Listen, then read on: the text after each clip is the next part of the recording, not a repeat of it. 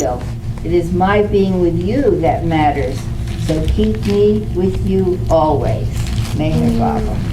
And we're very fortunate this evening to have two great friends, Debbie, who some of us knew as Debbie Jones, way back, and her 21 years, her sister Denise Jones, now D'Angelo, and now Nordeen. Now she's Debbie Nordeen, and here's Peter Nordeen, who's going to tell us about Debbie Nordeen for 21 years. At our age, it's just a flash. I go back. That's not that much for some people. Yeah, it seems like yesterday. For me, it seems like yesterday. I don't know about you. Some of you may, this is something that I asked Debbie to do. Some of you may have gotten a mailing about the Meher Baba Heartland Center in Oklahoma that the Nordeens are active with. And we just wanted her to be able to announce it to those of you who may not know about it. So we thought, let's get that over with first. So Debbie say a few words about that before she sings. Well, thank you, Margaret. Surprise! I didn't know when I would be, if I'd even be able to say a little something. Some of you are, I didn't send out to everybody because I don't have the New York mailing list. However, I just found out that I might be able to send out if I give you the stuff and you mail it out. So anyway, I'll just speak a little briefly to say how excited I am. Peter came back from Prague, Oklahoma 2 years ago when he went to the 50th anniversary. And it seems like Baba lit a flame there. Was anybody else there? Elaine was there. Just to light a flame of the anniversary when Meher Baba shed his blood on American soil. So incredible. And the stories that I heard were just as if I had been there and walked through that little town. I always remember Mani Esarani, God's own sister, walking through that little town, being so shook up after Baba's car accident and knocking on doors asking for a cup of coffee.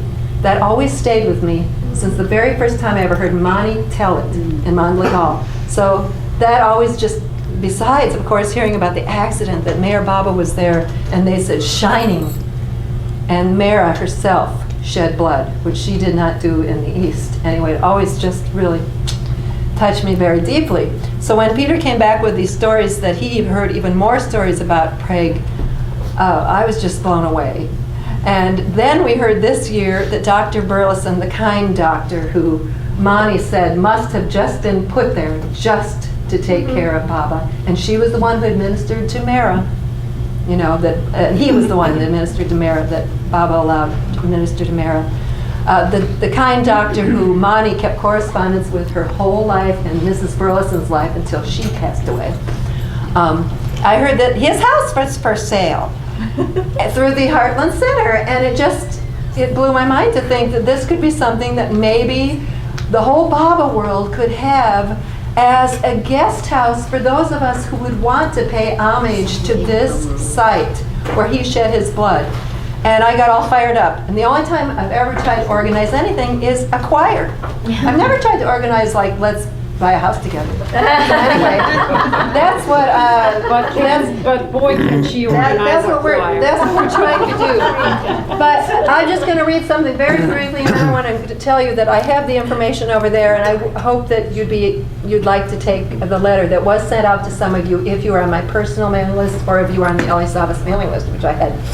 So this is one thing that I love to include in the letter that I felt just added such impact when I heard about that. Meher Baba himself said this through the trust deed in 1959 when he wrote it. He said that if the trust had the funds, that this would be one of the objectives that the trust could do.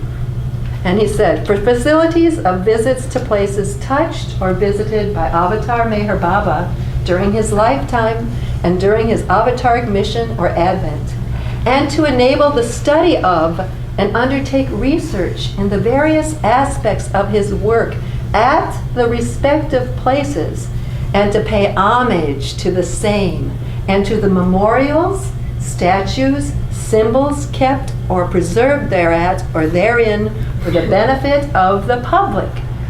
And I recently heard that a friend of mine, Gwendolyn Small, was driving through the United States and pulled over into Prague, Oklahoma, only 7 miles off of Route 40, saying, hey, maybe I can find out where Baba was. She couldn't find a thing. There's no memorial. There's nothing there. There's a plaque. If you go into the Hospital. if you go into the hospital, There's a plaque. there's a plaque. She didn't know how to do that. So there is a plaque, and there is a nice little bookshelf kept in the hospital that Peter was telling me about. So I just thought, let's see if we can do this. And that's what we've been trying to do. We've had a really good response so far. We made an offer, we meaning the Avatar Meher Baba Heartland Center, who was a group of people who had gone to this anniversary and said, let's see if we can procure some of those places where Baba had been while he was here in Prague. Either the accident site, the house across the street from the accident site, the clinic. At the time, they didn't even know that the Burleson house would be available. So they just pooled their resources and said, let's see if we can buy that property across from the accident site. They made an offer and it fell through 3 times. Well, this time we made an offer and it was accepted on this house, just like that. And so now we're going to see if it comes true. And I don't want to do any more talking about it. I just want you to know that Bauji and Meru, and of course a lot of people feel excited about it too, to think that there could be a place. I feel excited about it in my heart. I've never felt like doing anything like this except for organizing a choir or Baba's birthday play or something. So I feel he's the one giving me enthusiasm to try to do this. So I've got the letters back there, and I've got pictures of the beautiful, beautiful Dr. Burleson house, the kind physician. And Baba did not go into that house, but Mani went in there, Mandali went in there, and the property adjoins the clinic. And Dr. Burleson's little daughter remembers looking over her rock wall in the back, seeing the ambulance and hearse. That's the vehicles they used to bring Baba, Mara, Elizabeth, and others.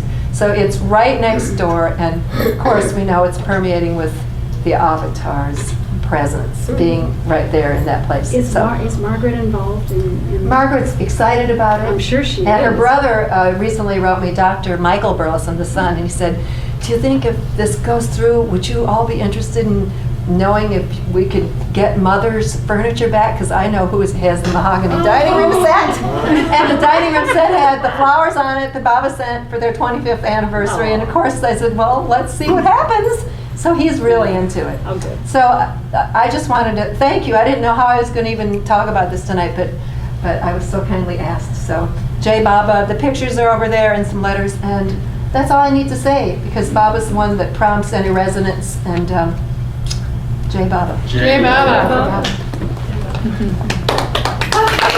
Well done.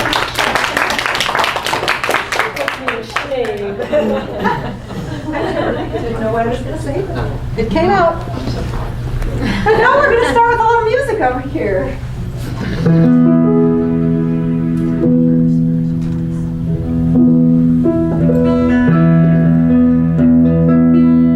All of you know this, really. You know all the words. We're going to repeat it. Turn it down. It's too loud. Where's the volume? I got it. You got it? We're sisters. We're frank with each other. You can't tell. Okay.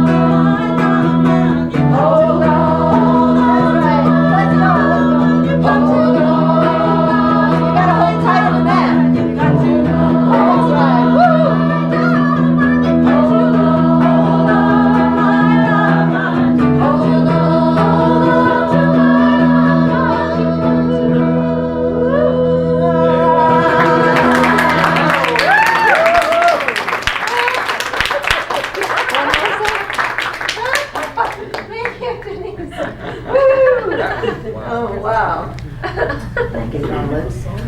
just think, all right. Hey, you guys, I heard more noise at those two tables at the restaurant. Okay, that was good though. You didn't say we had to work for All it. right, did you turn me off?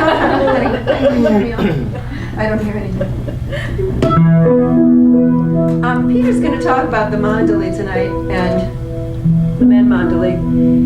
Oh, when I heard this song, I was just blown away. And then I heard that this song was sung when Erich was laying in Mandalay Hall after he passed away. And I thought, there could be no better tribute than the words that are sung in this song, because the Mandalay lived this. And it's called Nothing Less Than Everything. And there's a part in the middle of it where it says, Meher Baba Maha Deva. That means great God. So I want you to sing that with me. And please ooh along, harmony along, okay? I just feel like it's a fitting tribute to...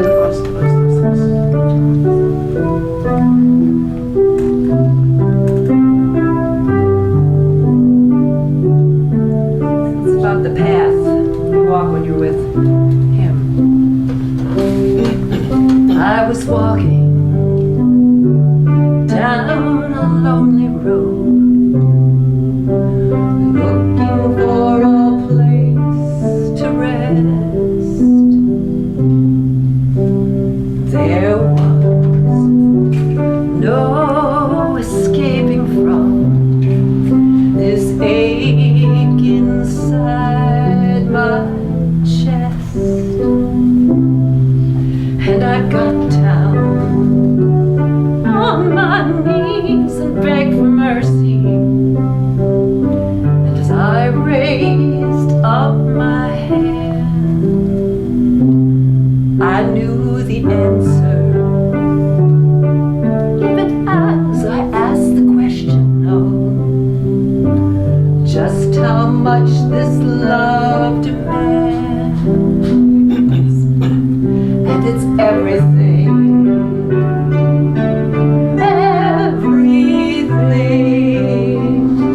Nothing less than everything will do. And when everything is burned, I'll take these ashes and offer them up to you.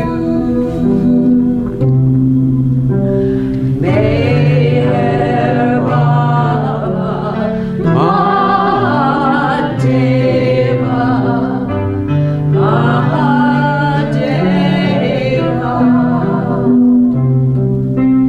Meher Baba Mahadeva, Mahadeva. No, please do this, do this. Meher Baba, again. Meher Baba. One more time and then you'll keep going. Meher Baba. I was walking down, looking for a place to rest. There was no escaping from this ache inside my chest. And I got down on my knees and begged for mercy. And when I raised up my hand, I knew the answer. Even as I asked the question of just how much this love demands, and it's everything. Everything, nothing less than everything. And when everything is burned, I will take these ashes and offer them up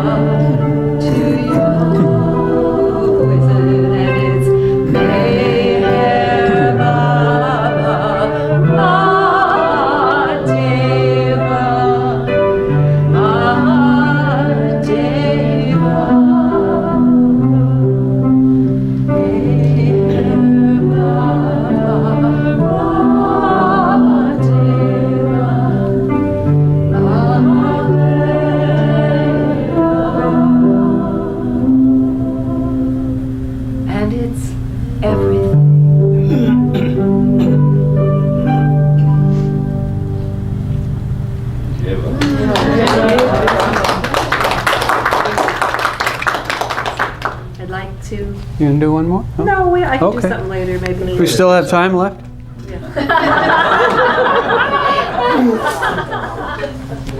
So I'd like to turn it over to Peter. He wouldn't probably want me standing up to introduce him like I'm going to do right now, but I thought, why not? Just a little, because he won't like talk too much about his own history. But he went to India first as a young man of only 19 and had the good fortune to end up living there as a resident for quite a number of years. And he's going to share some of his stories about Baba's circle, Namandali, for us tonight. Jai Baba. Well, you know, Baba said more than once that talk and reading had no value, but music, he didn't say that about music. Music is good. You can have more songs if you like. Does anybody have any questions? No? Okay, just feel free to ask anything as we go on. This is mostly a group of the same old friends, it looks like. You spent all this money to bring us up here. I know it wasn't my family who did that, who contributed, so. What do you mean? You got some members here. Yeah, that's what I said. Art's a I good- guess you're hitchhiking tomorrow. You know, art's a great- Anyway, maybe we should start with a prayer. Oh God, please give them their money's worth.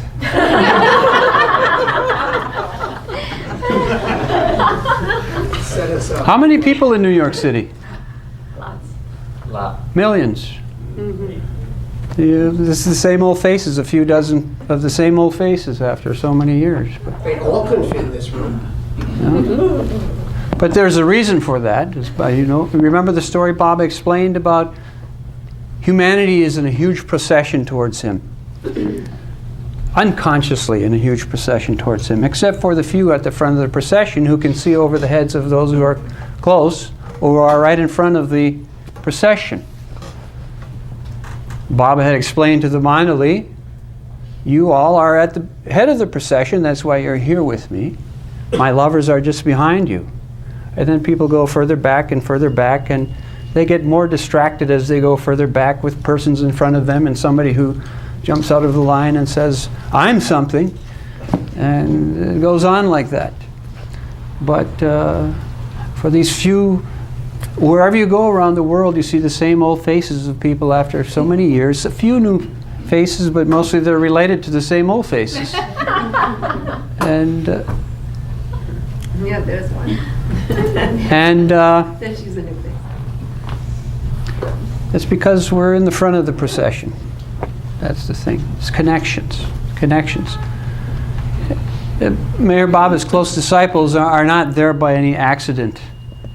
Millions of lifetimes of connections and experience to get their suffering, effort, different efforts on different paths, mostly the two different paths, and ultimately the Avatar's circle, as close Mandali, are like the epitome of the Salik pilgrim, which can be summarized in those three couplets that Baba liked. He personally interpreted those couplets, and those were his final message before he dropped his body. The three couplets of Hafiz, you all know them very well. Say it. You know them. Everybody knows those. Befitting a fortunate slave, carry out every command of the master without any question of why and what. About what you hear from the master, never say it is wrong, because, my dear, the fault lies in your own incapacity to understand him. I am the slave of the master who has released me from ignorance. Whatever my master does is of the highest benefit to all concerned. That is the epitome of perfect Salik disciple. So ultimately, the circle of the Avatar is that they come with him. And Bob has explained very nicely in the discourse the circle of the Avatar. In another place, he's given a nice description. I brought it. I don't think I have time to read the thing, but I'll just try and refer to some of the points of it. Not all of, when I say Mandali, I'm referring to what we call Mandali, the resident Mandali, those people who lived in close proximity with Baba in his lifetime and worked for him, served him in whatever their capacity was. As opposed to what he termed, anybody can be my Mandali if you obey me and try to remember me and serve me, you are my Mandali. But when I say Mandali, I'm referring to the resident Mandali, those people who lived with him. All the Mandali were not necessarily in the circle. And all the circle weren't necessarily resident Mandali, obviously. Bob had explained there are 122 of them, and they weren't all there at all times. You had to have them. He explained in the early days that his work with them was to train his disciples or circle, and when they were ready and prepared, send them out into the world to carry out the work that they specifically had to do. It was their destiny to do. So naturally, people like Margaret Krask were sent to New York and Kitty Davy to Myrtle Beach at certain points. But these are all people who are in his circle. There are close disciples who were not necessarily in his circle, but they worked for him in different capacities. Baba uses the example of the disciple Kalyan, who was a disciple of Ramdas, the perfect master in the time of Shivaji. He was Ramdas's favorite disciple, but he wasn't in his circle. But he used him as an example of obedience often. An example in Baba's life, you know, Baidul, the must hunter, Baba referred to him as his nose. Erich remembered him at a certain point as being the rudest and crudest man he had ever known. Yet he did work for Baba that nobody else could do. He was very brave and courageous, even when it came to saints, which is a very dangerous thing. But he had the capacity to do that because Baba made him like that. I remember a story of when Dr. Barucha had the opportunity to stay with Baba for a week or so at Merazad. And Dr. Barucha was a Parsi from Navsari. Navsari is a place where Parsis are considered at the height of their Parsi culture.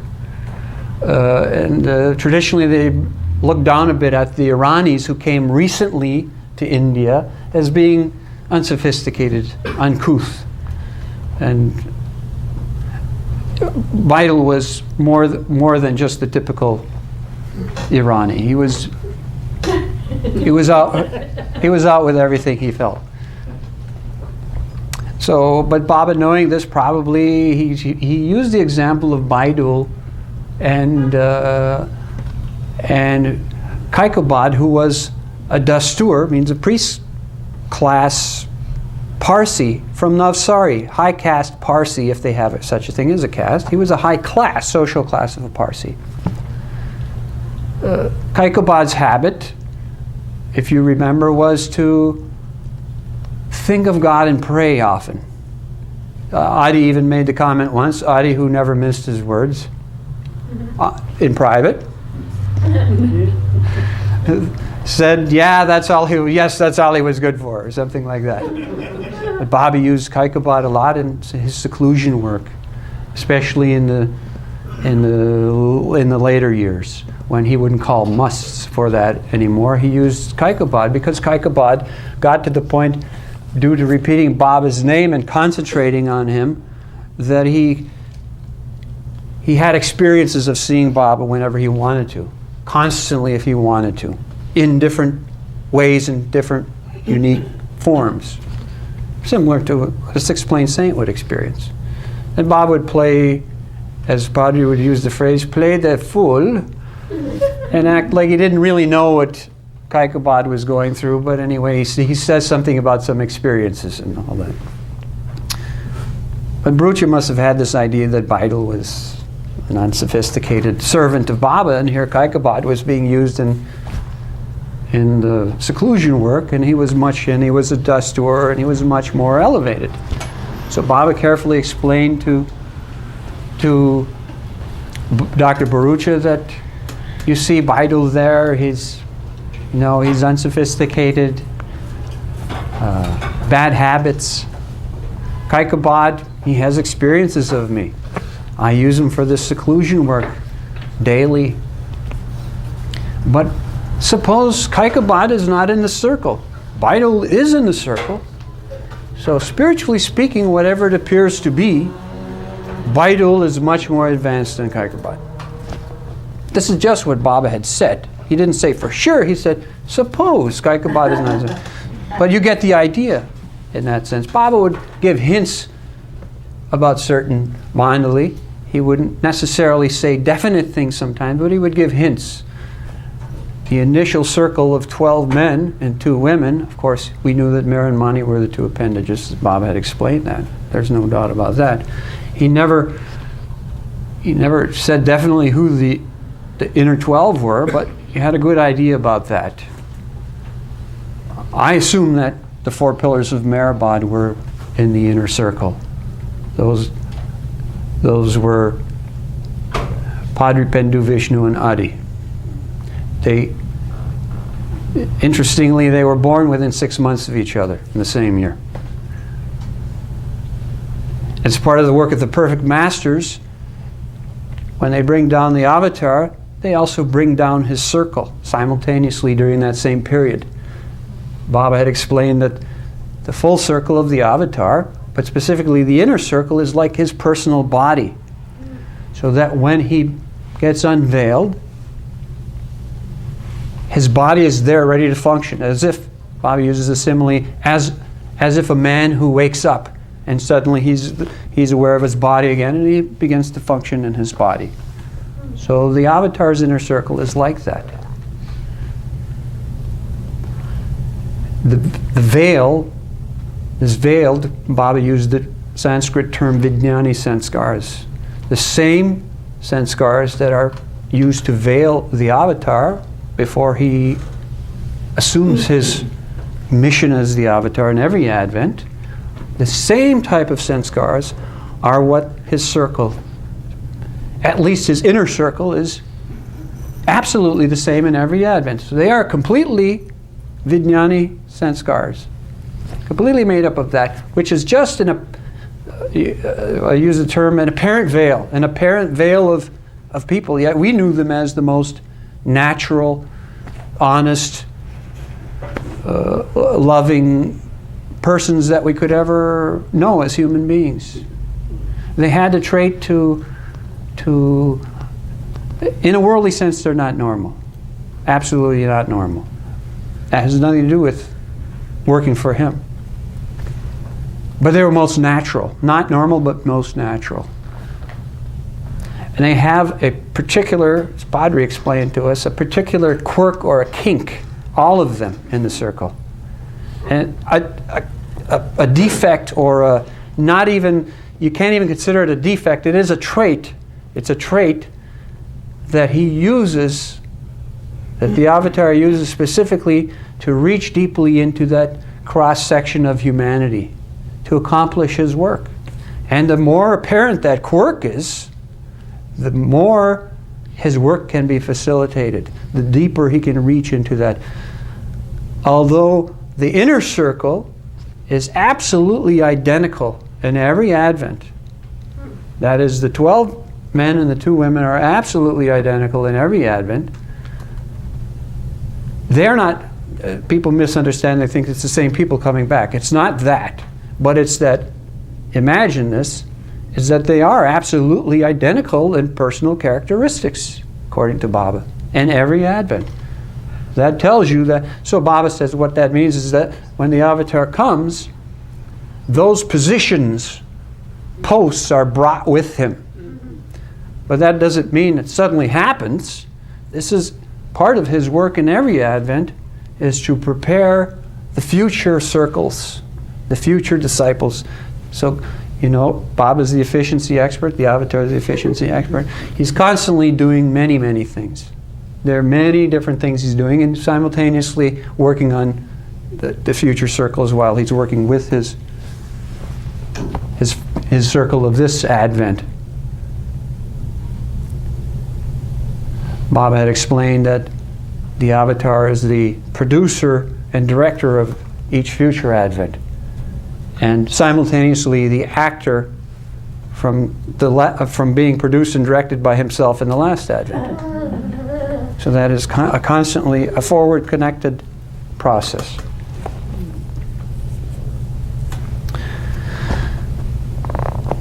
The other circles of the avatar, Baba had explained, there are slight variations, but he used the same comment in both of these discourses, which is about how these people get to be in the inner circle and how this whole thing happens to be would take volumes of explanations.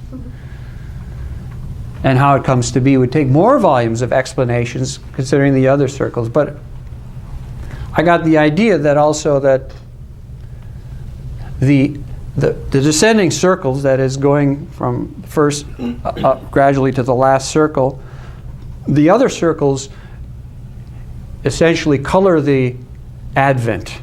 They are relative to the nature, the general nature of the Advent. So gradually as the circles descend, those circles have connections more with the world and the work that has to be done, and the higher circles have a closer connection directly to the avatar and his work. Not that they're disconnected. There's a constant connection there, and there is a connection with each circle and each descending circle. There's a person who's connected in there some way. This is how Baba explains it. Bao has written nicely in one of his chapters in Meher Baba Manifesting about the characteristics of the 12, of the 14 actually, in the inner circle. Of course, we know that Gustaji, Baba had said, was Baba's shadow, his dark side, which represented, so that Baba could manifest infinite light. He represented infinite darkness. Doesn't mean he was a dark person. He was a very personable individual who had a very pleasant personality by all accounts. His only trait was that annoyed people was that he loved to talk incessantly, tell stories about it, and so Baba had put him on silence, which made it worse in some ways because the few who could understand his unique system of gestures were caught interpreting his stories.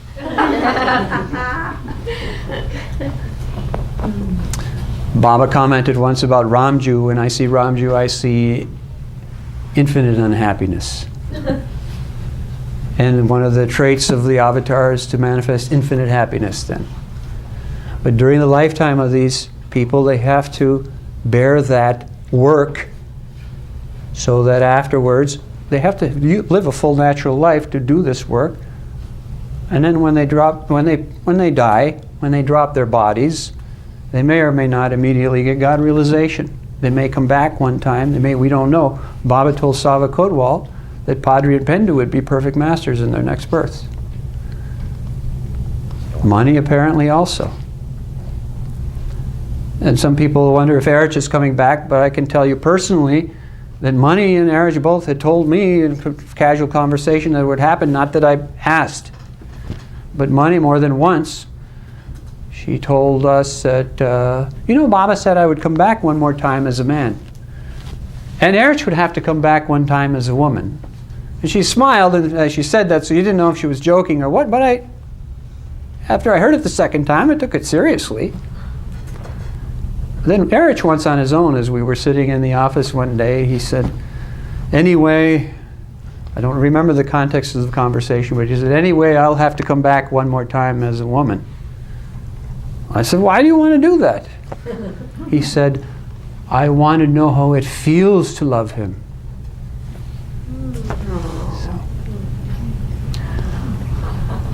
I think I remember once that Baba had said, Mani is really a man and Erich is really a woman. Maybe that also implies that...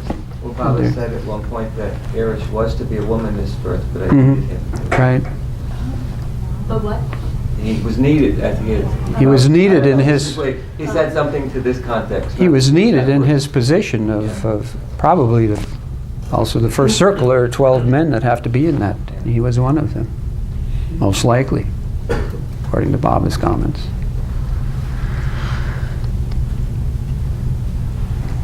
So I see.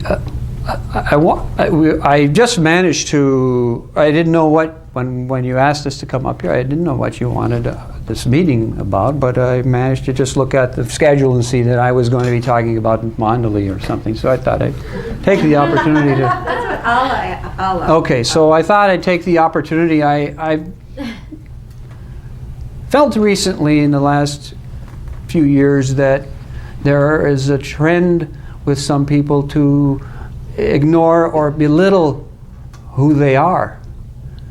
Call it Mandali worship. Sometimes it's people who are scolded by them and they feel hurt in some way, or some people who really don't understand. Some people have personal agendas to promote themselves in some pseudo-spiritual idea. And so they sometimes almost belittle the Mandali. Even amongst the Mandali themselves, they would never attack each other. I'm not saying that, but they wouldn't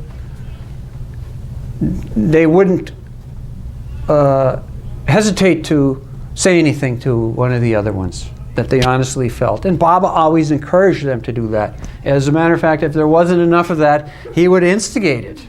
He wanted that. There was a time when he got Ramju and Vishnu to start fighting about the Hindu and the Muslim thing to the point where they almost came to blows, and then he stopped them. And then he would make them embrace, and they would have to forget everything. And this is how they, from the very beginning, had their training.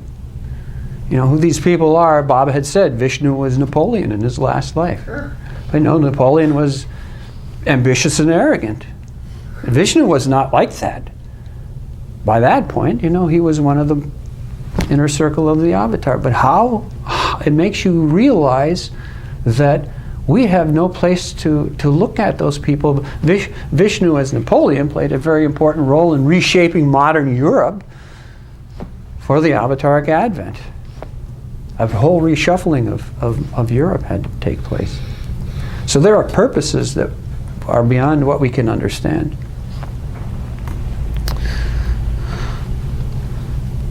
But I see there is a trend to not give the Mandali their due credit. And part of that was that when we initially started going and asking them things that any person would ask, if you go to other so-called spiritual interests and paths, you will see that people don't hesitate to assume some position. With Baba's Mandali, they were, one of the first orders they were given was never accept homage from anybody. Do not ever allow anybody to pay you respect in that sense without you paying them equal respect. And when we would ask them as young, guileless people, do you have any experience? Oh, we are ordinary people. We are ordinary people. There's nothing to that. Kaikabad, he said he had something, mumbling about something. But we're just ordinary people. But they're not ordinary in the ordinary sense like us. That's for sure. We are ordinary because we have what Baba has called prarabdha sanskars. You know, we have our past burdens that compel us to repeat the experiences of our mistakes. They are ordinary for a specific purpose. When the avatar has to accomplish his work, the greatest effort has to happen in the gross world.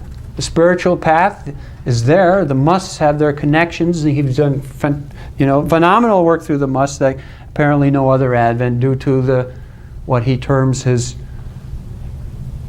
end of cycle of cycles. But his circle, he needs in the gross world to accomplish the work he has to do through them. In the trenches of the gross world. He keeps his close disciples in the trenches of the gross world to accomplish that work. They are not ordinary persons in the ordinary sense of the word.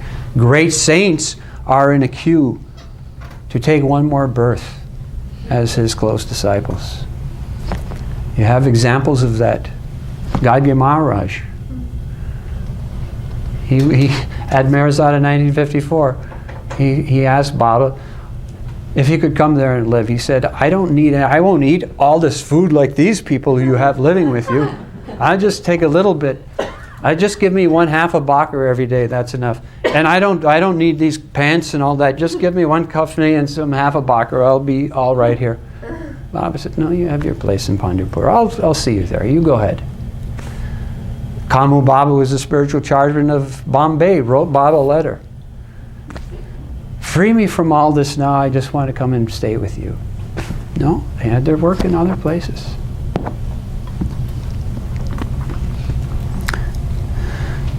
So as Padre told us early, when people were asking him, I remember one day up on the hill, a group of us were there, and talking God Speaks and some other stuff that used to be the talk of the old days more. He said, but the circle of the avatar is also a very great opportunity, mister, very rare. So, it's a great thing. It's a great thing. They are great people. I'll tell you a story about how they dealt with this coming onslaught of the pseudo-spiritual ambitious people. I remember, I think it was 1977 Amartithi. 2 bikers show up, big guys from the Northwest somewhere, leather jackets, and obviously had some drug history. And I thought this one, the leader of the 2, with his sidekick, assumed that he could come to Mehrabad during Amartithi and make some assertion, and because he was big and a biker, that people would just kowtow and allow him to do whatever he wanted to do.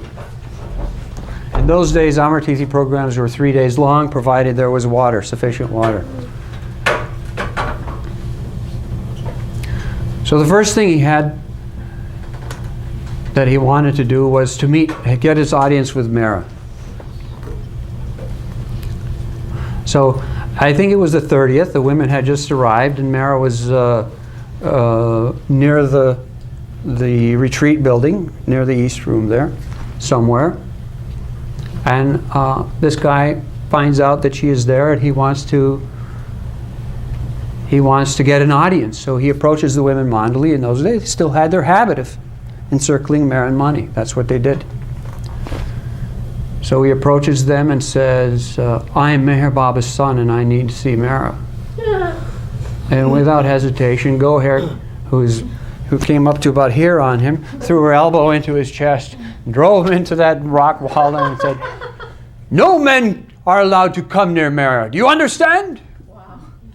Just pushed him away and kept him away, so he knew he wasn't allowed to come near the women. So then he was, all right, strike one. His next move was he goes to the Sabha Mandap. That's that little stage near the Baba's cabin there. The programs were much smaller in those days, so the programs would be right on the Sabha Mandap, and Adi would be the MC, as he said, the master of ceremonies there. Baba's chair would be on the Sabha Mandap, a chair that Baba had sat in, not the gadi in those days, but the chair. He just would keep a chair there, Baba's photograph on it. So he approaches Adi and says, I had a dream, and Meher Baba told me he was his son, and that I should come here and sit on his chair. And Adi had seen probably God knows how much of this in his life. Without skipping a beat, said, yes, I also had a dream. And in that dream, Meher Baba came to me and said, if anyone comes here claiming he is his son, I should give him a good kick on his ass. Get out!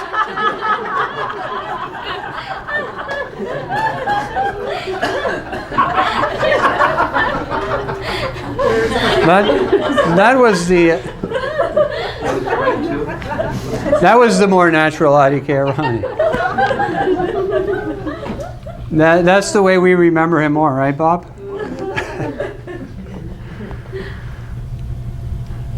Strike 2.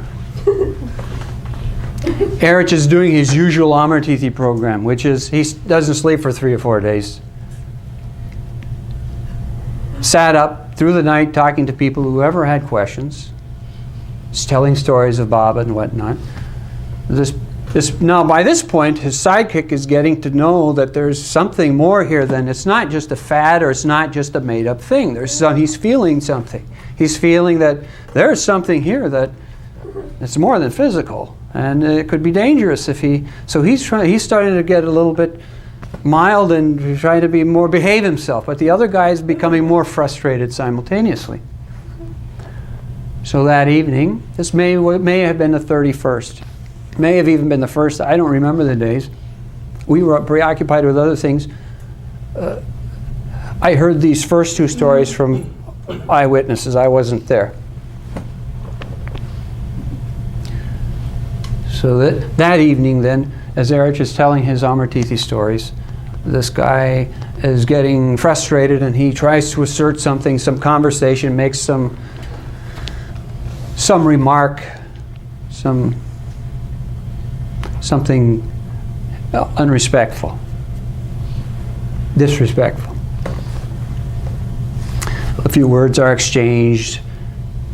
He insists he's Meher Baba's son, special. And Erich, he's obviously not listening to Erich. Finally, Erich, right in his face, says, "I tell you, by tomorrow morning, you will be gone from here." He turns and walks away. So the next morning, Padre sends a message. He sends Alan and Erico, Ted and I up the hill. He says, "We have 2 troublemakers up the hill. You will go up there and remove them, you understand?" We said, "Yes, sir." And we went up. And we walked up. In those days, you didn't have to wait for 8 hours to get into the Samadhi, so we could get in within a couple of minutes. It was the first time up the hill that day, so we go and have darshan first. And all the while we're thinking we're going to have a rumble right here at the top of the hill. So then we go together, the 4 of us. This guy and his friend are sleeping on the Sabamanda. Some pilgrims still do that today, but anyway, he had claimed his spot there, you see, so he was sleeping right there. So the 4 of us gather around, and Eric goes on the left, so he taps the guy in the shoulder, bends over and taps the guy in the shoulder and says, "You're going to have to leave now." And the guy wakes up, "Oh, what? Oh, yeah. Could you please help us? I don't know what happened. I guess I ate something bad last night, or I don't know what. I've been really sick all night long, vomiting and diarrhea. Please help me get out of here." That was it. You know, he got the Jesawala curse. And that was it. All we had to do was get a rickshaw and carry him into a rickshaw. He was gone. That was it. But that story is good because it gives you the example of how the Mandali dealt with this situation, these people. Not that they threw people out. Anybody is welcome, no matter what absurd claims they make. But if you disrupt the place, you know, through the years, we had Baba impersonators and wannabes, and they had to go. They were troublemakers. They were unbalanced people who caused trouble. Now you have more clever people nowadays who would stand on the head of Meher Baba to propagate their own personal sense of pseudo-spiritual importance. And it's important that we stay focused on Baba and his messages. We sometimes have a problem remembering all of these things. Have the distraction of the world to live in. And there's so many things to remember if you try to reason with these people or speak with them. And there are all the New Age answers. Well, it's all one anyway. We are all God anyway. And yes, God is everything, but God is also in some very filthy things, and you don't go sticking your nose there. There's appropriateness in this world, and that's what we need to do, act appropriately. So although God is in everything, and everyone, that doesn't mean you do anything and everything. You follow Him. You obey Him, and that's the way. The Mandali were the living example of that. They were the real thing. And Baba said they would never leave him. His lovers would be tempted by Maya, and many would not hold on to him. But his Mandali could never leave him, he said.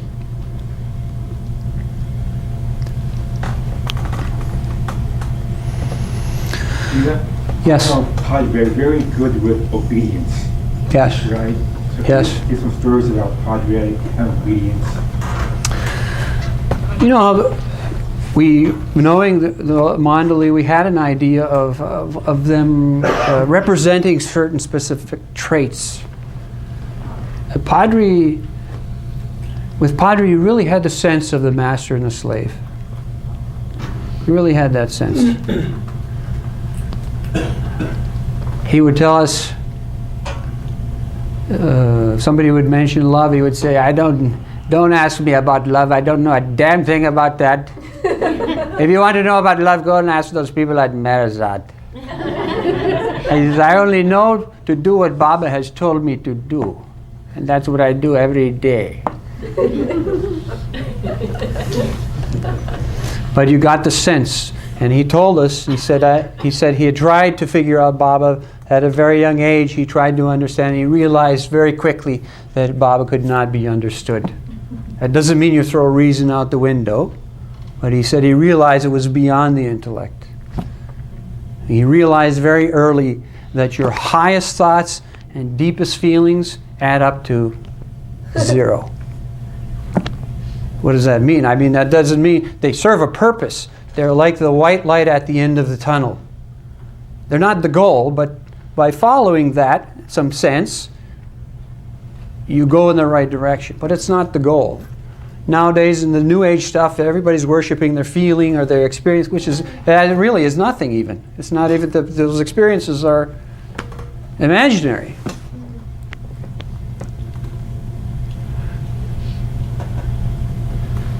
But Padre was really the example of the slave. That life, these people who think that it was a casual life have no idea. Imagine for years, you don't ever think. I'm not saying say. You wouldn't say. You don't even think, because you're living with somebody who knows your very thoughts, and he doesn't like most of them. With the Mandali, there was quite a different thing. Very few people experienced Meher Baba the master. The general public experienced Meher Baba the kuchki giver.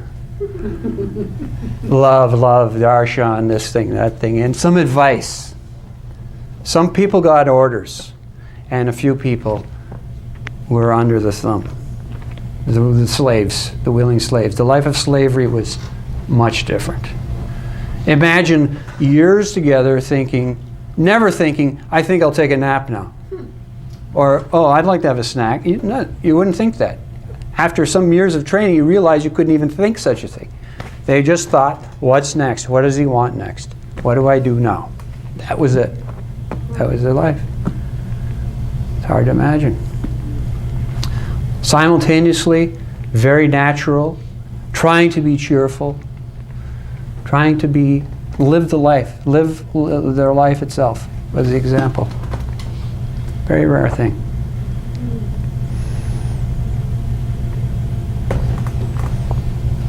Yeah.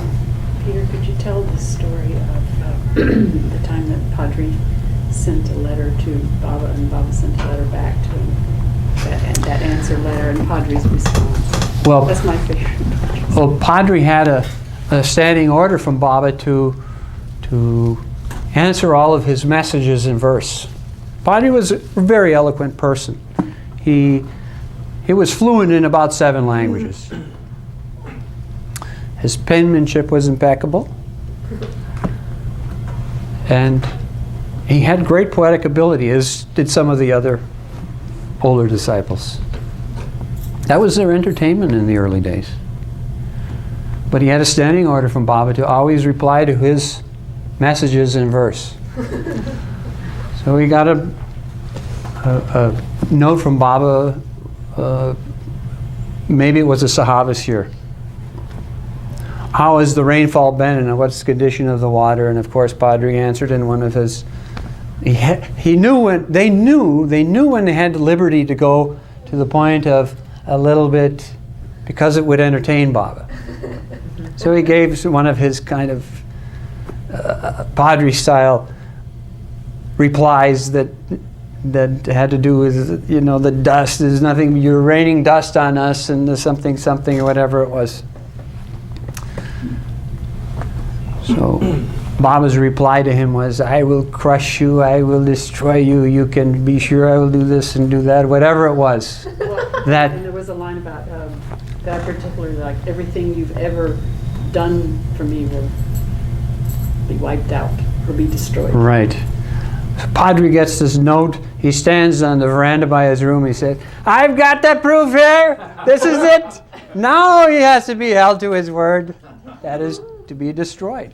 That is to be destroyed. Somebody once talking, discourse style, God speak style conversation with Padre and ego and Baba and working on their egos or whatever. And Padre's reply was, yes, that's good talk, mister, but don't forget, the main duty of the master is to destroy you. If you think that is a pleasant experience, you are cruelly mistaken. It's easy to say, theoretically, you know. It sounds good in discourses, unwinding sanskars. It sounds, yes, very natural and pleasant. But when it's happening, it's not the thing. It's not the thing. That's like the one who said, Padre said, who is it? Oh, that's one of the well-known. The flag was at the tomb giving prasad once. And Padre occasionally would go up if he was going on a walking tour of Mehrabad, and some of us straggled behind him. He'd go to the tomb and bow down for a second and come out. And he'd just be observing things. Baba made him the superintendent of Mehrabad in 1926. Even before then, he was always working for Baba. He liked to stay at Mehrabad. Well, I'll tell you anyway. He was at the tomb, and Flag was giving prasad, and he came out and said to him, "Oh, who are you?" Flag said, "Oh, I'm nobody." "You're not nobody yet, mister."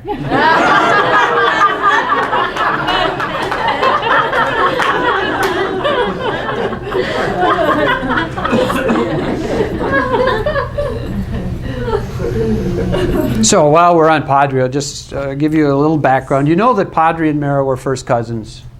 Their mothers were sisters. Not only sisters, they were sisters of Colonel Irani, who was the staunch Zoroastrian enemy of Baba. So that was a very interesting family dynamic to begin with.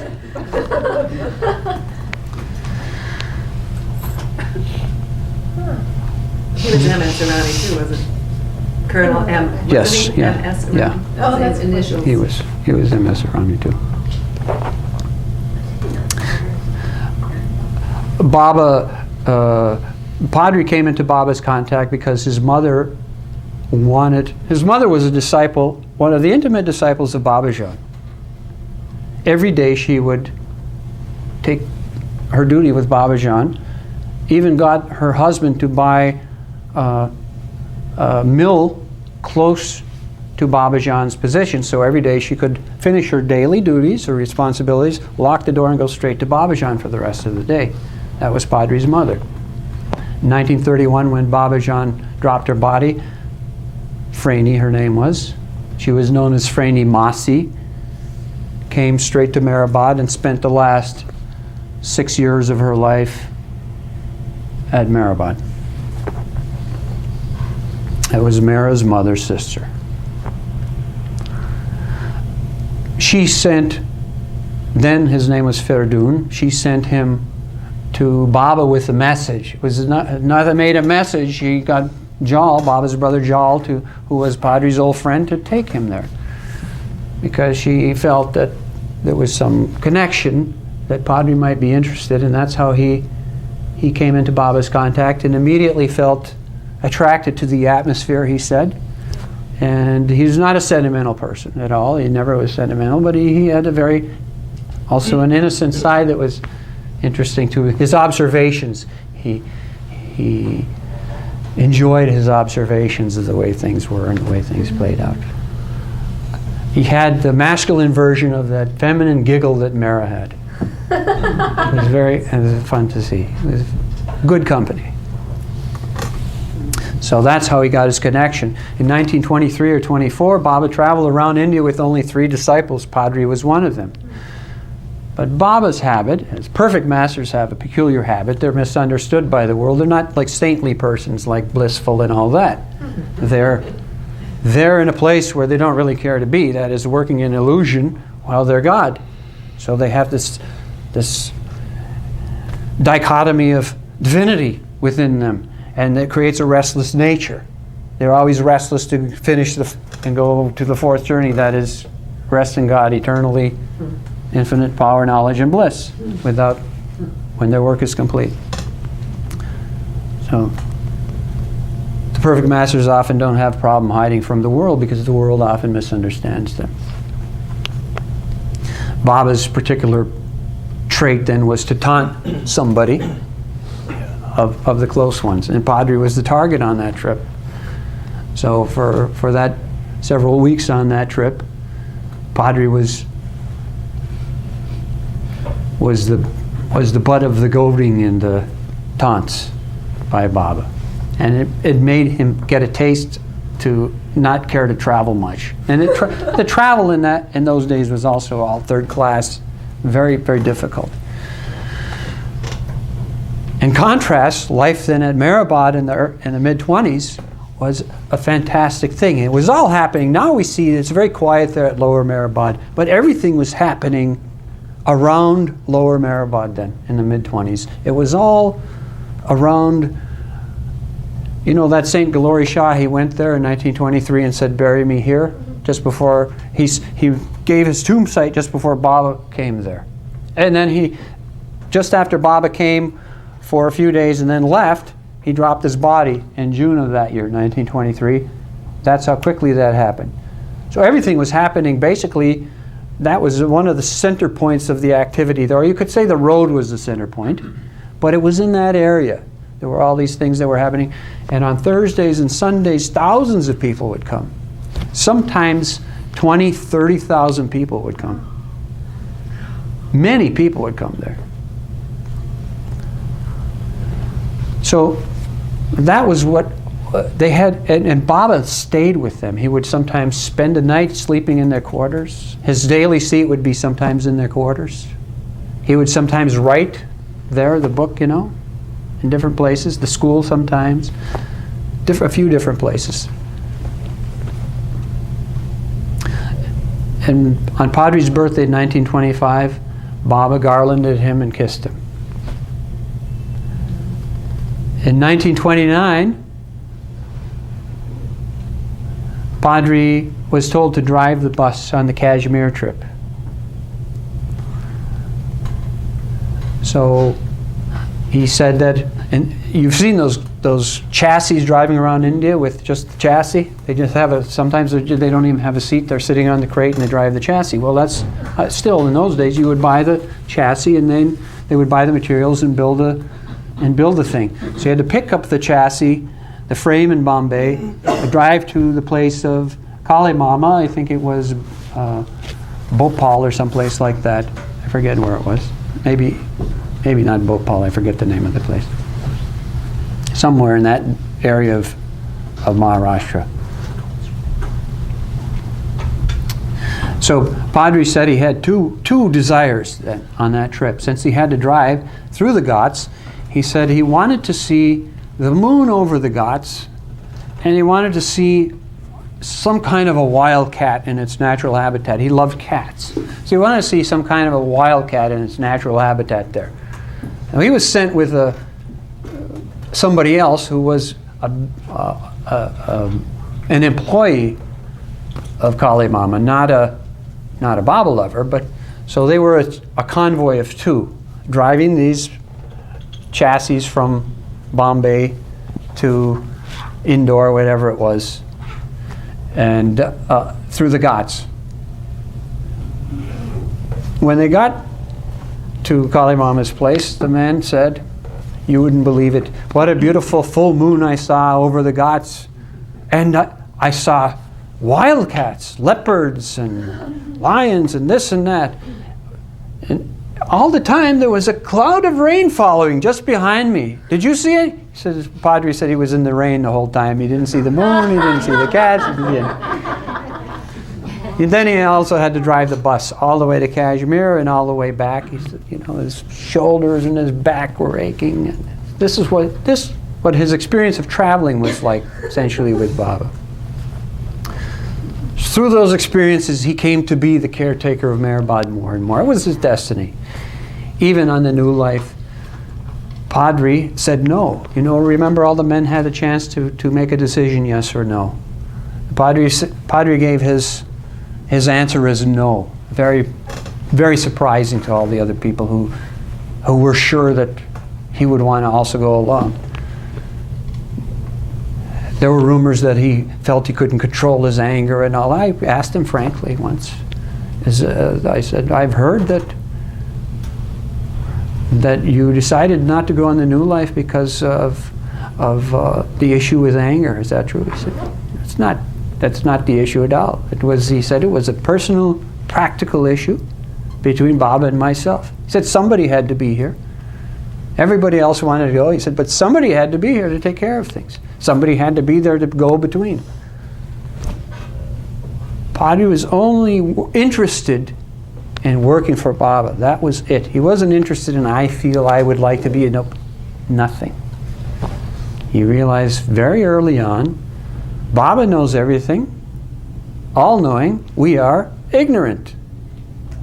We should not run after our yearnings and feelings even. At that point, it comes down to just serving him. So, being non-sentimental, dedicated to service, he decided the best thing he could do was to stay there and be a go-between and take care of the property, as he had done, as he had been doing. Pendu would often, Pendu was the manager of Mehrabad, but that was while there were people there. And Pendu's job was also often to be with Baba, and he wanted to do that. Through the years, wherever Baba was, there would be something happening, something to save, and Baba would tell Pendu, send that back to Padre to preserve at Mehrabad. And after he died, we had the chance to go through his treasure chest under his bed that was hermetically sealed, which was also a very interesting thing. But why don't you tell how he died then? How carefully he did it. Well, they had the rerun of the Bob's talk there a couple of months ago. He must have told that story. Did you tell that story, Bob, when Padre died? Yeah. So they know that story. I wasn't there. Okay. Tell this side of the room, Get Bobby in. because we weren't there. What happened was they were jumping ahead a little, but we'll just tell you since she mentioned it.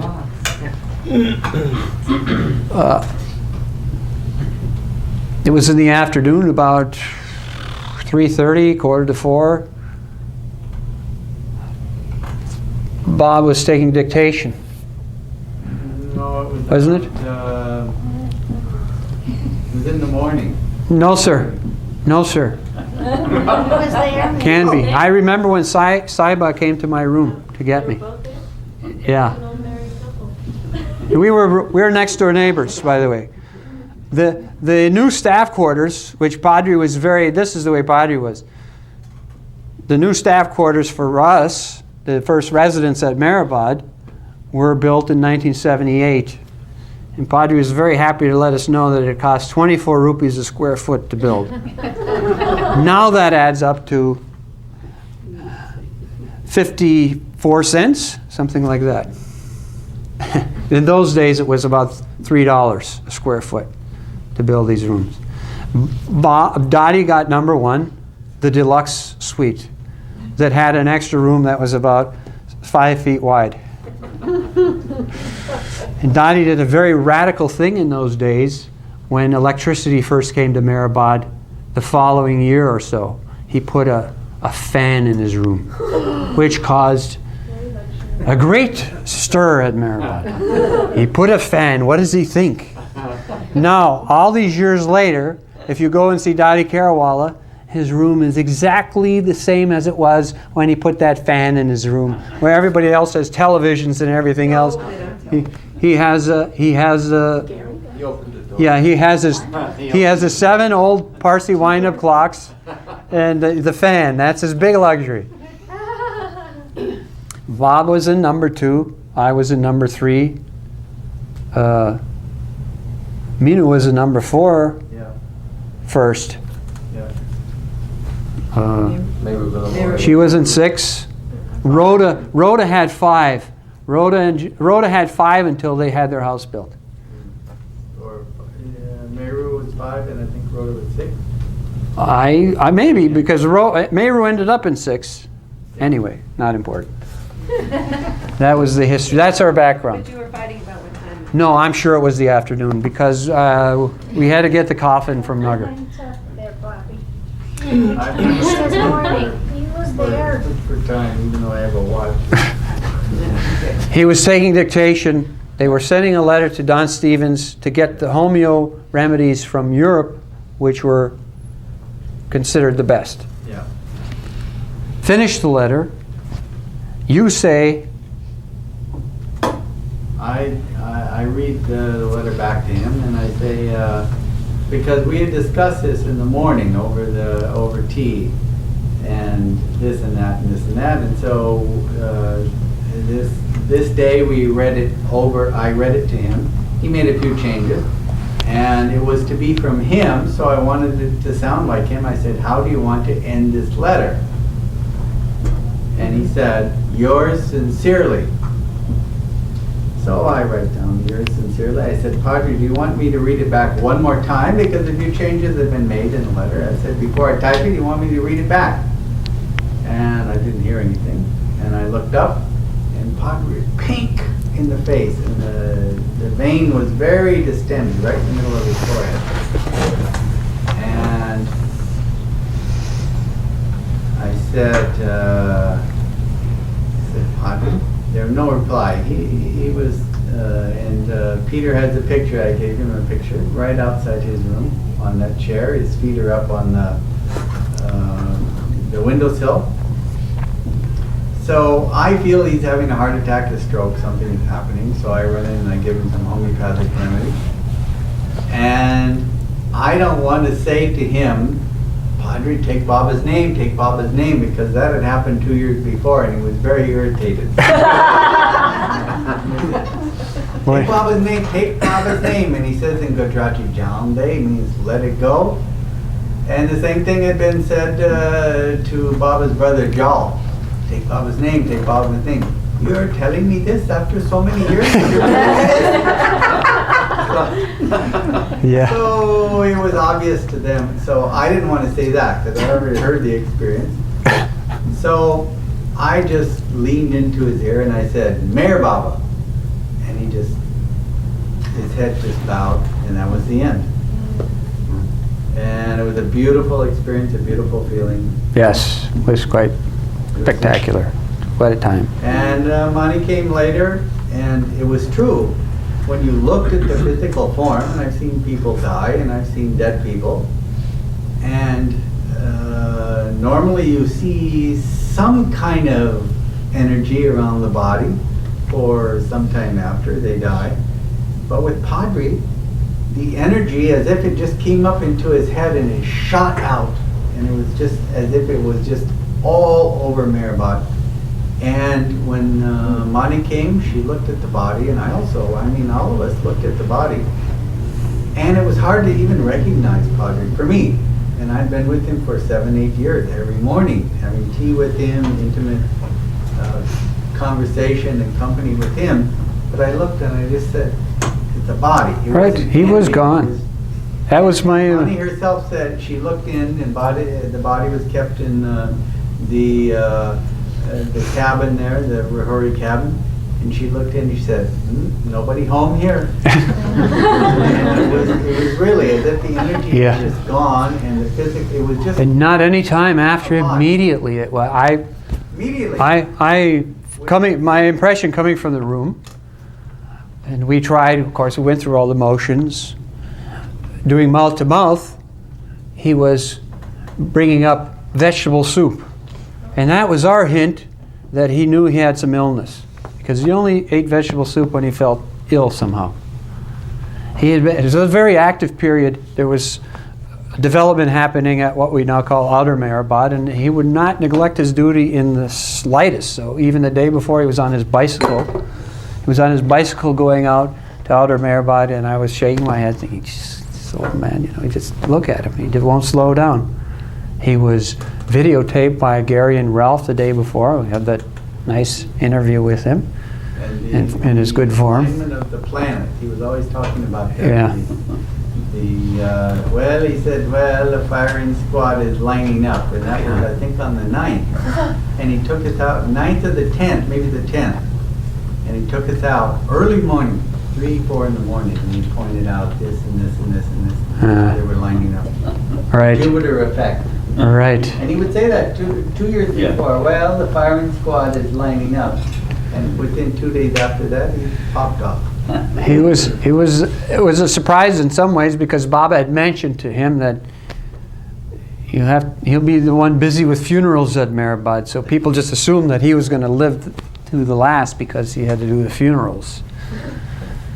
He did tell us that he didn't tell us that he had a prior history of a heart attack. He had a heart attack some years before and treated himself homeopathically, and didn't tell anybody. That was his treatment. Self-treated homeopathically for a heart attack. When he got sick with pneumonia, that 2 years before he died, it was revealed that he had had a history of heart trouble. He used to tell us, when I go out, mister, I'll go out like a light. And he certainly did, but his death was the envy of the other Mandali. They thought, what a poetic, suitable, quick death.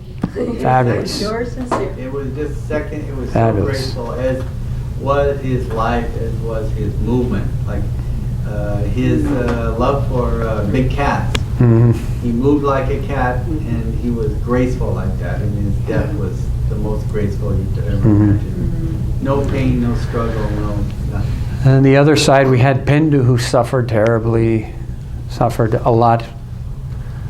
Adi commented he thought that Baba gave Pendu more suffering because he could tolerate pain so well. But it was his destiny to play that role. Remember the story? Pendu told me this was interesting, and why he thought, he was telling us this in the early years, why he thought he would die in 1986, and certainly it did happen that way. In 1926, they were digging what was known then as the railway well at Mehrabad. It's between the railroad tracks and the domed road. Ramju's well, it was also known as. There were some stories about that. As with all wells at Mehrabad, they said, Baba, we want to dig a well.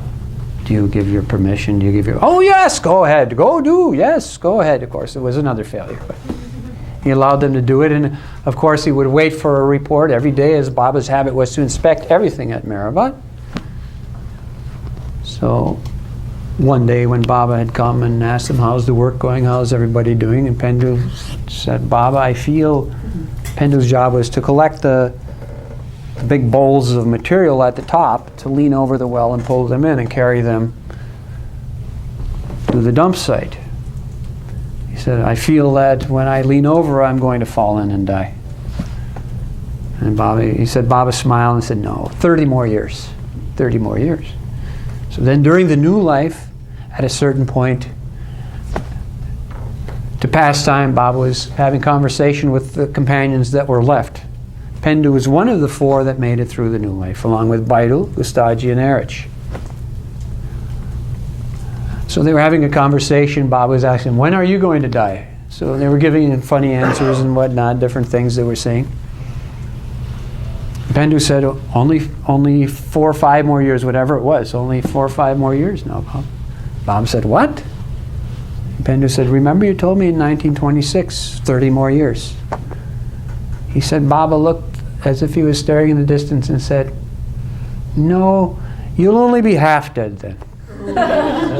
And the accident happened in 56, and literally he was split in half dead. If you see his x-rays, you never believe he could walk with that. But he did. Baba ordered him. That's why he walked. But, so that was his theory, that he thought, since I was half dead in 56, then maybe 30 more years, other half will go. Sure enough, it happened in 1986. He did finally die.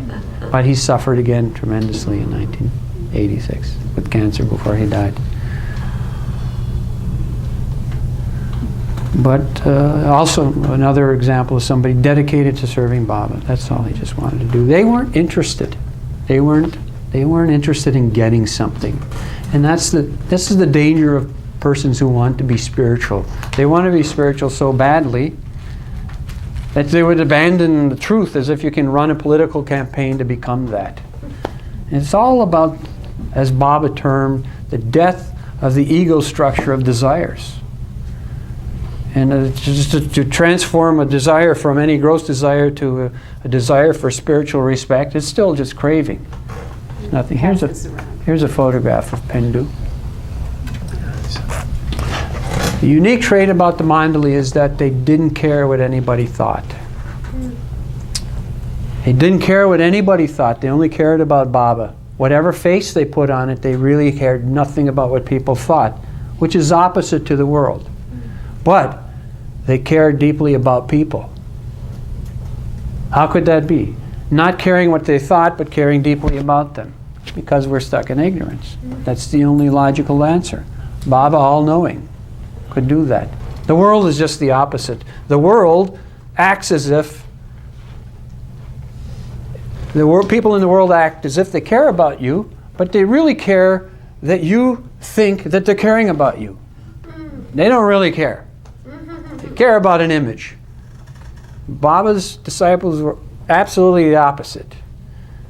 Except they would never try, and they would treat you, if they thought you were too delicate, they would just, Mani was an expert at it, just the Kuchki expert, you know. Only for a few people that she was confident who could tolerate it, then she'd give them a dose of the old-fashioned stuff. But some people were, Adi would, you know, he would bite a head off for a brunch. There's nothing.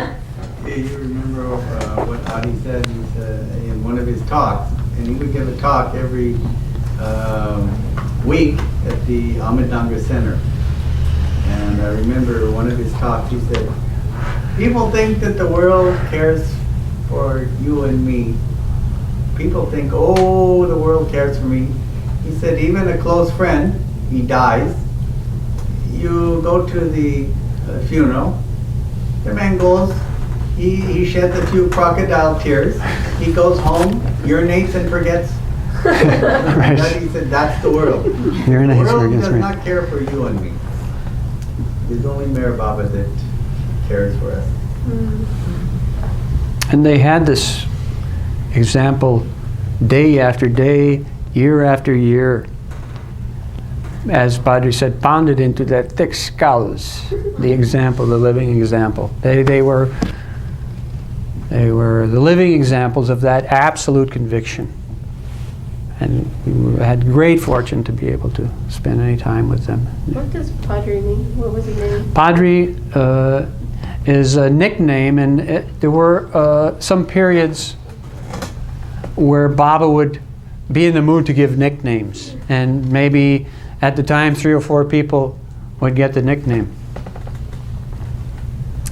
The Mandali's polite explanation, as Mani would tell it, was that, you know, Padre used to wear that long coat and he looked like a Padre, and that's Baba gave him that nickname. This is also another explanation. You know, Baba's brother Jal, who was also one of the very close disciples. Baba's three brothers were his close disciples also. We don't know where they were in regards to circle and all that business, but Jal especially, but Baram also in the early days spent a lot of time with Baba. And Jal was a comedian. He would make Baba laugh. He would joke about anything, but not joke about Baba, but he would make Baba laugh at the expense of anything, or at no expense, but he had great sense of humor. So at Manzali Meme, one of the jokes was people would sometimes, there were always issues about the diet through the years of Mullah ashram life with Baba. There were issues about the diet. And Jal, to make a joke, one day at Padre's expense says, to complain about, this is the style of complaining, you see. Baba with this diet, here at Manzali Meme, Padre is farting like a machine gun. And that Gujarati term is Padari. He wasn't Padre, then he was Ferdun. Ferdun was farting like a machine gun. Padari is the Gujarati word, so Padre became the nickname in short, kind of a play on words. In 1923, got that nickname in Happy Valley when they came to Mehrabad for the first time. But he did look like a Catholic father. I mean, He did. He was fair. He was tall. Padre, yeah. He was fair. He was tall. He had And the Manzali Meme members had a specific standing order from Baba that they could never hold in gas wherever they were. So this was, I mean, it served as humiliation to them, but it was their standing order. So we can, many of us can attest to the fact that Padre was obedient to that order to the very dying day.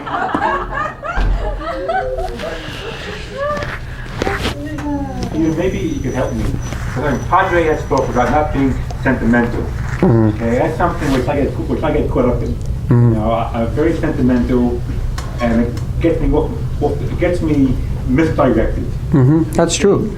And so, Well, do you realize that? That's the whole thing. yeah. That's it. It gets you, it is a distraction.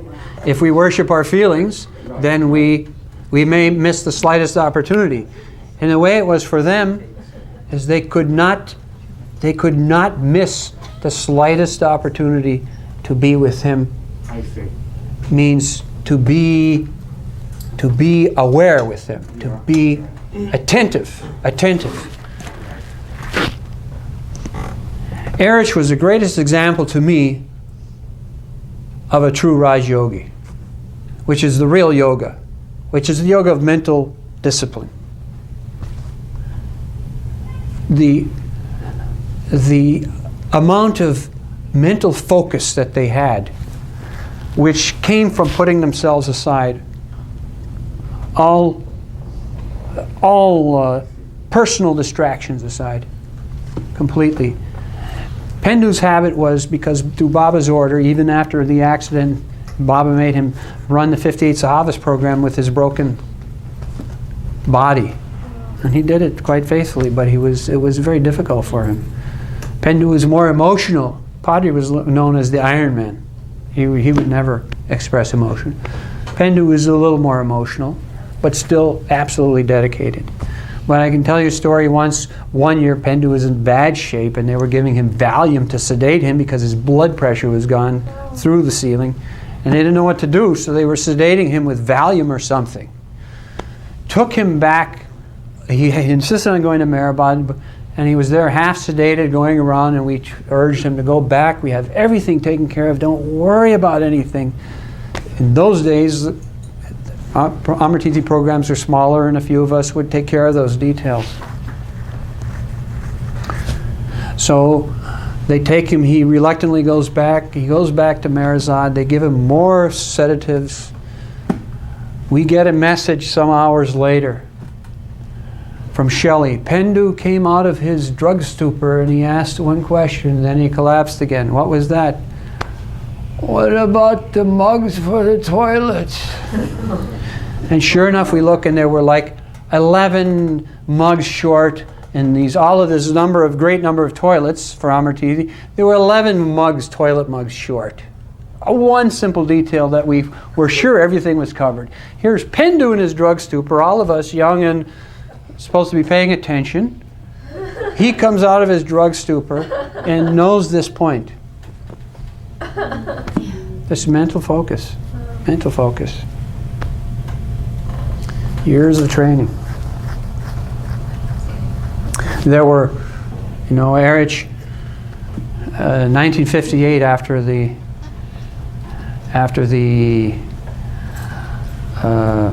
Baba's universal message, he had a particular seclusion work that followed. Often Baba would have seclusion works to empower, well, I hate that word, from New Age psychology, I hate that word, but it was to empower that work. He did that seclusion work. And part of that seclusion work was that he wanted 3 of his close disciples on the continent of Asia, Australia, and America to do a 40-day fast.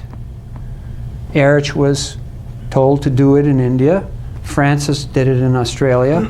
Does anybody remember Sam Cohen? Sam Cohen? We met him with John Bass. Do you remember when he died?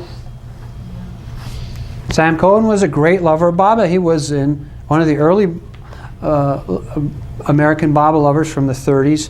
He was in the Nasik ashram for some time. When Baba disbanded the Nasik ashram, they all went to France for a period of 80-plus days in 1937. When Baba went back to India, he sent all of them in different directions. He sent Sam Cohen at that time to Mexico. And Sam said, okay, well, what do you want me to do? He said, I don't care what you do. You just have to go there for 3 months. This is the thing, with the close connection, it had nothing to do with their conscious efforts necessarily. They already have that deeply imbibed in them from many, many lifetimes of focus and dedication and service. So all he had to do was go there. He went to Mexico to lay that cable for Baba there. But he was he was a real mystic. He was a real mystic. According to Darwin, he said he shared some experiences with them. He had, when I say real mystic, I mean in the terms of Baba's explanations. He would occasionally have experiences like suddenly finding himself in another part of the world in a different environment, wondering how he got there. So these things would happen to him. He was, I think, a kosher butcher here in Manhattan somewhere. That's what he was. But he was the, I mention that because we got off on the track, because he was the man in America who was asked to fast for 40 days. So I asked Erich, what did you do for 40 days at Mehrabad then? He said, well, to pass time, those tatya ceilings in the Mandali Hall, well, they looked like they needed to be cleaned and oiled. So to pass time on this fast, I washed that whole ceiling and oiled it with creosote. While he's fasting for 40 days, that's how he occupies his time. It's a huge job. It's still, that coating is that was the last coating. It's still there. Still there. Fast, just water. Huh? Just water. Total Just water. fast. Just water. And he said his health was very good. He gained a pound. Somehow his health was very good. He said until the last day to break his fast, Padre's servant gave him some dal water to drink. It's the water that they used, they soaked the dal in, and for basic nutrition to break a fast. She gave this to him. He said he got absolutely ill, and then lost a lot of weight after the fast. So he said, and he wasn't allowed to see Baba for this whole period either. Baba was doing his seclusion work with, that huge naked must you see in Erwin Luck's film? He was doing seclusion, I believe, with that must in 1958, Nilkant, that giant must. What was his name? Nilkant. So then Baba says he goes back to Maharazad, and Baba says, "What happened to you?" How did he says he wasn't supposed to lose any weight or be ill or anything. Baba was surprised. He said, "Well, he drank the dal water that was given to him." You remember any good must stories? Because Padre used to tell a lot of must stories. Many must stories. Many, you know, we're talking about. I was telling Don earlier, we were at dinner, we were talking about the size of groups. Now there are getting to be some bigger groups of Baba lovers in India. There was a must that Baba would occasionally bring for seclusion, but he was more of a solikus, more of a sober type must. So he wasn't very good for seclusion work. Baba said, because he sees me, he knows my state, he sees me more as I am, and it doesn't facilitate the work very well. He's a very fine person. His name was Vishandas Maharaj. He was from a place called Indore. And I mean, this brings home the impact of where the Mandali are to me also, to hear stories about these great saints who worship Baba. He wrote a letter to Baba and said, I'm opening a center here in Indore and lighting a flame which I hope will burn eternally for your love. A six-plane must starts a Baba Center. It's incredible. And, you know, where would you think such a thing could happen? Now Indore has maybe 30,000 Baba lovers.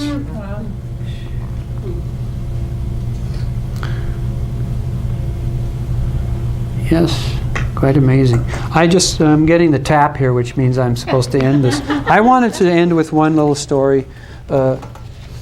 When we were living in India and Debbie was working in the registration office, we had a nice poster which had a quote under it. And one day Mani came in the office and she saw that poster, nice photograph of Baba on it, and this quote. And she said, where did you get that?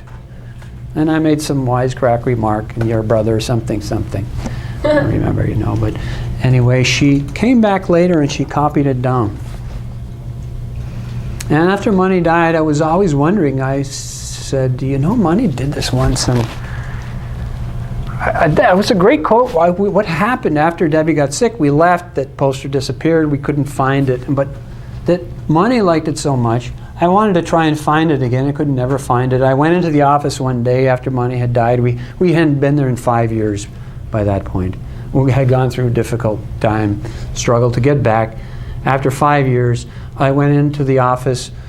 Erich and Ivana were sitting there in the back alone, and I had a chance to ask Erich. Of course, his memory was fading. I said, you know, there was one thing. Do you have any idea if this quote might be around? I asked Ivana, and Erich was there also, and they didn't remember anything about it. I thought I'd just pass time, and Mani's desk was left as it was when she died. All of the specific things were there. So I was looking at her desk and the pictures she had kept there and the different things, and she had a folder like this, not like this, it was a black folder about this size over the middle of her desk, and I just, right in the center, right before her desk, and I just pulled it aside, and there was that quote. So I decided I have to type this and keep it. So I wrote this down, and this is a quote that Mani liked, and really just sums up a basic, simple life with Baba. Do your best, then don't worry, be happy. The best is just to remember me and forget everything else. Leave everything up to me. This is a complicated matter for those who are very interested in spirituality, but not for those who love me.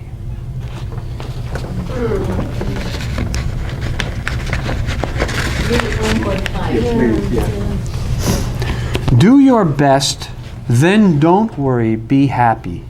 The best is just to remember me and forget everything else. Leave everything up to me. This is a complicated matter for those who are very interested in spirituality, but not for those who love me.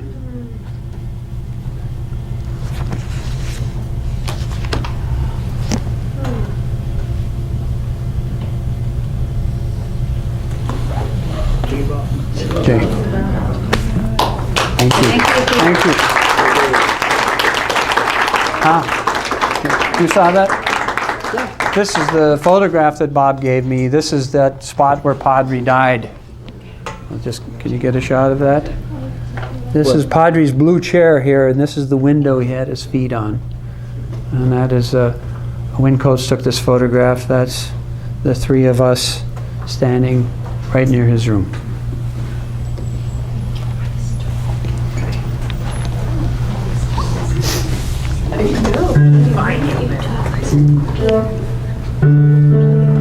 I thought it'd be nice to end the way that, first of all, I'd like to say thank you so much for inviting both of us to come, and thank you so much. It's great to reconnect with our old family here.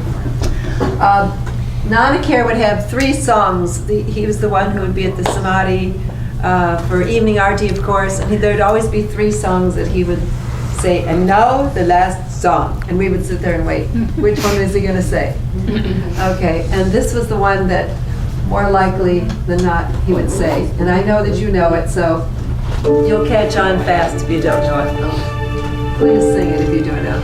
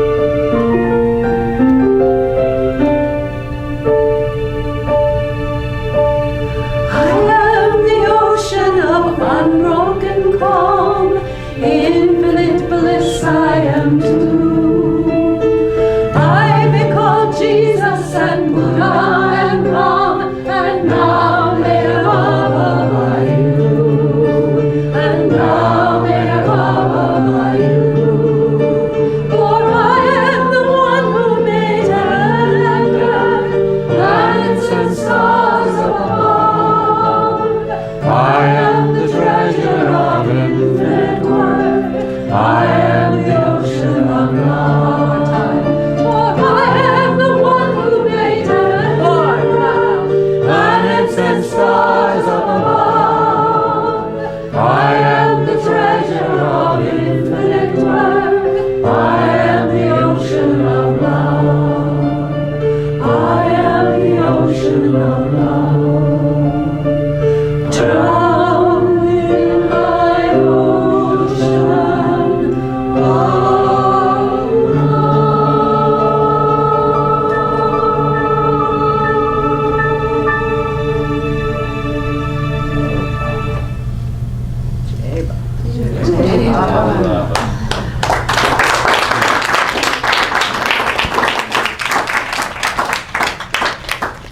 will join us tomorrow at Angela and George's house. There's more music to be done. I love to do Baba choral music in case, well, probably most of you know that. But that would be sure nice if you could come and join us. And Peter will have more informal talking and sharing. What would you like to say? Oh, I just wanted to say that I have some directions to our house. Of course, I've got the date wrong, and I've got the train times. There's 1 an hour. I have some of the wrong train times, everybody. I have 12:23 and 1:23. There's also 11:23. That would get us on time. Subtract the date from the times And you can probably get there. But otherwise, this is correct. The potluck tomorrow will be from 12 to 4. It's a potluck lunch, and they're leaving straight from there to the airport, so get there on time. If anybody needs directions. Actually, we're going to go. I mean, we were going to go, but now we don't have to go quite that fast. But yeah, Okay. we're still going back to go to there. New Jersey. Yes. Oh, okay.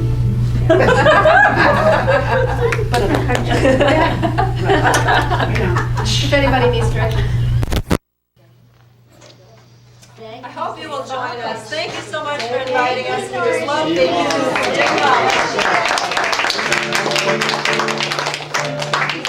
Before you all depart, Ira Gross has been announced. I'll be over with a sister.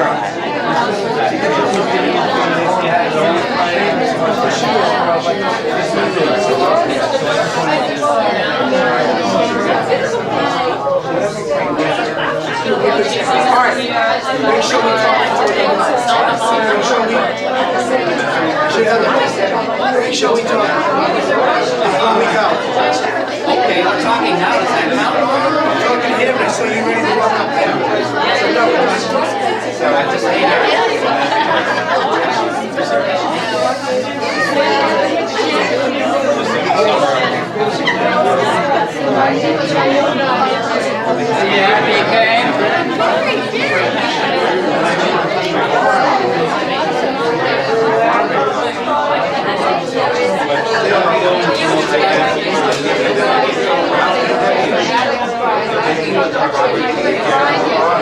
This Alexander technique works. I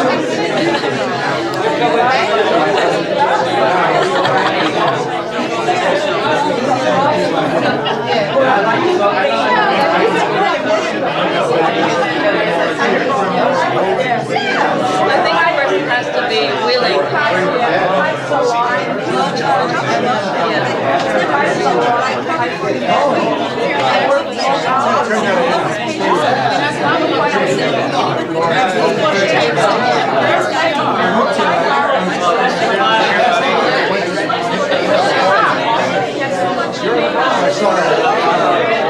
Whose party was it? Well done.